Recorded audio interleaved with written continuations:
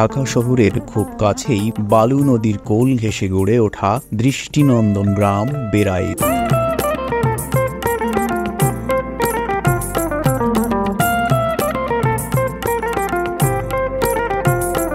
বাড্ডাতে আসে, রামপুরাতে আসে, অনেক দূরতে দূরতে খুব ভালো ভালো মানুষ আছে। আমগো এই এলাকাটার নাম হয়েছে বড় বেড়াই চিনাদি মহল্লা। খুব শান্তশিষ্ট এলাকা, মানুষ আয়ও আমগো এই জায়গায় আনন্দ পায়। রাজধানীর নতুন বাজার থেকে ১০০ ফিট রোড হয়ে একেবারে শেষ মাথায় বেড়াইত।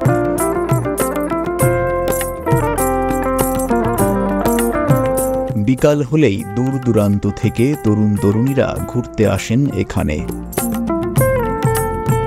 আমি কুষ্টিয়া থেকে আসছি। আলহামদুলিল্লাহ অনেক ভালো লাগছে এখানে আসার পর। যে সুন্দর প্রকৃতিটা দেখতে পারলাম, নৌকা, তারপরে যে সুন্দর নদী, এই যে সুন্দর নিরিবিলি জায়গা। শহরের কলহটারে একটু দূরে সরাই নিজেকে নিজের মতো করে টাইম দেওয়ার জন্য এসেছি। আমরা খাওয়া দাওয়ার একটা স্বাদ নিই, এই বাতাসেরও একটা স্বাদ রয়েছে, সেই স্বাদটাই আমি এখানে নিতে আসছি। চাইলেই নৌকা করে ঘন্টা চুক্তিতে ঘুরে আসা যায় বালু নদীতে। আমার বাড়ি হয়েছে নারায়ণগঞ্জ ডিস্ট্রিক্ট রূপস্থান, ওই পারে নদীর, বালু নদীর ওই পারে। কি করেন? এই যে নৌকা চালাই,